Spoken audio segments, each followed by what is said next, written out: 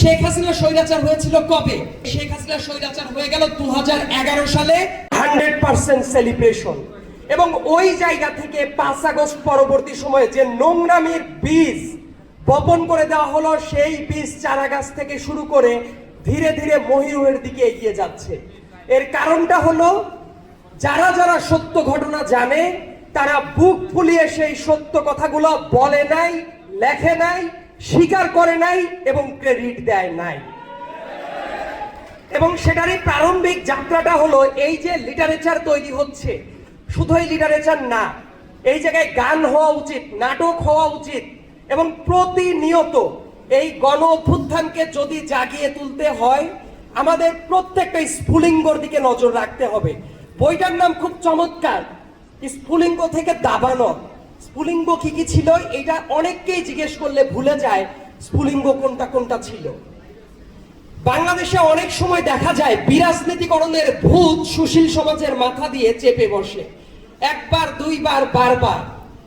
এবং 2007 সাল পরবর্তী সময়ে ওই যে 1/11 সরকার যারা ছিল তারা মানুষের মাথা এবং মগজে বোঝানোর চেষ্টা করছিল বাংলাদেশের রাজনীতি ব্যাপারটা খারাপ, অতএব রাজনীতির রিপ্লেসমেন্ট হতে হবে বিরাজনীতিকরণ।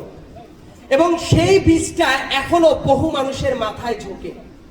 এখনো মানুষ মনে করে শেখ হাসিনার রাজনীতিটা ছিল খারাপ রাজনীতি, খারাপ রাজনীতির বিকল্প বোধহয় বিরাজনীতিকরণ। দেখবেন সুশীল সমাজের আড্ডায়, ঐক্যমত্য কমিশনে, প্রত্যেকটা টেলিভিশন টক শোতে, আলাপ আলোচনায় কথাটাই এমন যেন বাংলাদেশের সব সংকট কেটে যাবে তখনই যখন বিরাজনীতিকরণ বাংলাদেশে শুরু হয়ে যাবে। এই জায়গাটাতে সবার সতর্ক থাকা অত্যন্ত জরুরি। আমি বলছি না যে কোনো রাজনৈতিক দলের কোনো পাপ নাই, রাজনৈতিক যে কোনো দল এবং যে কোনো নেতা কেউই ফেরেশতা না। নিজেদেরকে কেউ যদি ফেরেশতা মনে করে, নিজেদেরকে কেউ যদি পাপহীন মনে করে, তাদের জন্য আলাদা হিসাব, তাদের নিয়ে আমি কোনো মন্তব্য করব না। কিন্তু যারা মানুষের রাজনীতি করবে তাদের ভুল হবে, যারা মানুষের রাজনৈতিক দল তাদের অনেক ভুল হবে। কিন্তু আমাদের যেটা দেখতে হবে, খারাপ রাজনীতির বিকল্প কি? ভালো রাজনীতি। খারাপ রাজনীতিটাকে রিপ্লেস করতে হবে ভালো রাজনীতি দিয়ে। এই কথাটা এই জন্যই বললাম, 5 আগস্ট পরবর্তী সময়ে যারা বলা শুরু করলো 0% কন্ট্রিবিউশন 100% সেলিব্রেশন, তারা জানে না ওই 1/11 সরকারের থেকে কতগুলো স্ফুলিঙ্গের দরকার হয়েছে এক একটা দাবানলে পরিণত হতে।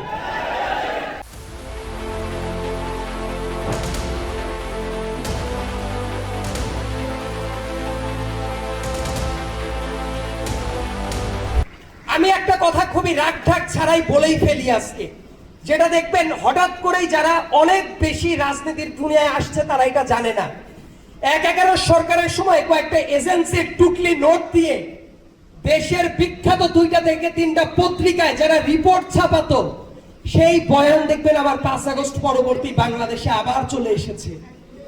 দেখবেন অনেকে 10% অমুক পার্সেন্ট তমুক পার্সেন্ট যে আলাপগুলো ছিল শেখ হাসিনার মেকানিজম, যে আলাপগুলো ছিল ইন্ডিয়ার মেকানিজম, সেই আলাপ আলোচনাগুলো আবার নতুন করে শুরু হয়েছে।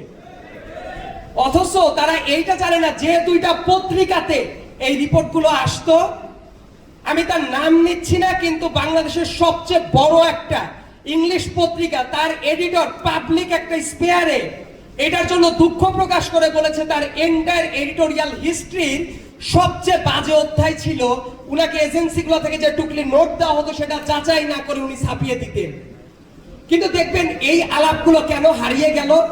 কারণ তরুণরা রাজনীতি সচেতন ছিল না। এই জন্যই শেখ হাসিনা যখন পিলখানায় এই ধরনের একটা মেসাকার চালাতো, শেখ হাসিনা যখন শাপলা চত্বরে মেসাকার চালাতো, শেখ হাসিনা যখন বাংলাদেশের গুমের সংস্কৃতিকে একেবারে এমন লেভেলে নিয়ে গেল যে ভয়ের সংস্কৃতি থেকে আমরা বের হতে পারতাম না, তবুও তার কালচারাল ফ্যাসিস্টরা বারবার করে বলার চেষ্টা করতো শেখ হাসিনার কোনো বিকল্প নাই। কিন্তু আদতে দেখেন ওই আলাপ আলোচনাগুলো হারিয়ে গিয়ে হঠাৎ করেই মনে হচ্ছে শেখ হাসিনা যেন 2024 সালের জুলাই মাসে হঠাৎ করেই স্বৈরাচার হয়ে গেল। কিন্তু শেখ হাসিনা স্বৈরাচার হয়েছিল কবে?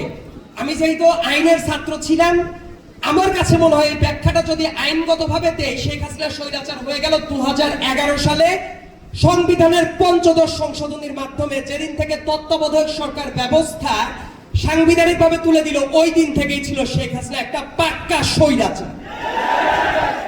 কিন্তু অনেকের কাছে মনে হয়েছে যখন তাদের চাকরির পর আঘাত আসলো তারা শেখ হাসিনার কেরানি হইতে পারবে না, ওই সময় থেকে তাদের কাছে মনে হওয়া শুরু করলো শেখ হাসিনা বোধহয় হঠাৎ করেই খারাপ হয়ে গেছে। ঠিক এই জন্যই দেখবেন বাংলাদেশে যখন একের পর এক বিতর্কিত ইলেকশন হতো তাদের কোনো ভূমিকা কোথাও ছিল না। 2024 সালের অর্ধেকের বেশি আসনে ইলেকশন হলো না। 2018 সালের ইলেকশন একটা পাক্কা মধ্যরাতের ইলেকশন হয়ে গেল। 2024 সালের 7 জানুয়ারিতে একটা ডামি ইলেকশন হয়ে গেল। অথচ এই ঢাকা বিশ্ববিদ্যালয়ে এমন অনেক শিক্ষককে আমি চিনি, এখনকার অনেক বিপ্লবীদের আমি চিনি, যারা ওই ডামি ইলেকশনেও শেখ হাসিনার ভোট দিয়ে তাদের হাতে ওই কলঙ্কের কালি লাগিয়ে তারা শেখ হাসিনাকে বৈধতা দিয়েছিল। ওই স্ফুলিঙ্গগুলোকে তারা বারবার করে অস্বীকার করে গেছে। পিলখানা ট্র্যাজেডির কথা তারা ভুলে গেছে, 1/11-এর কথা ভুলে গেছে, শাপলা চত্বরের কথা ভুলে গেছে। প্রত্যেকটা গুম যখন হয়েছে সেই পরিবারগুলোর সাথে কি অমানসিক নিপীড়ন চালানো হয়েছে, তারা সেই সব ধরনের স্যাক্রিফাইস ভুলে গিয়ে হঠাৎ করেই মনে হয়েছে এই আন্দোলনটা ছিল এক্স্যাক্টলি 36 দিনের এবং এর আগে পরে কারোই কোনো অবদান ছিল না।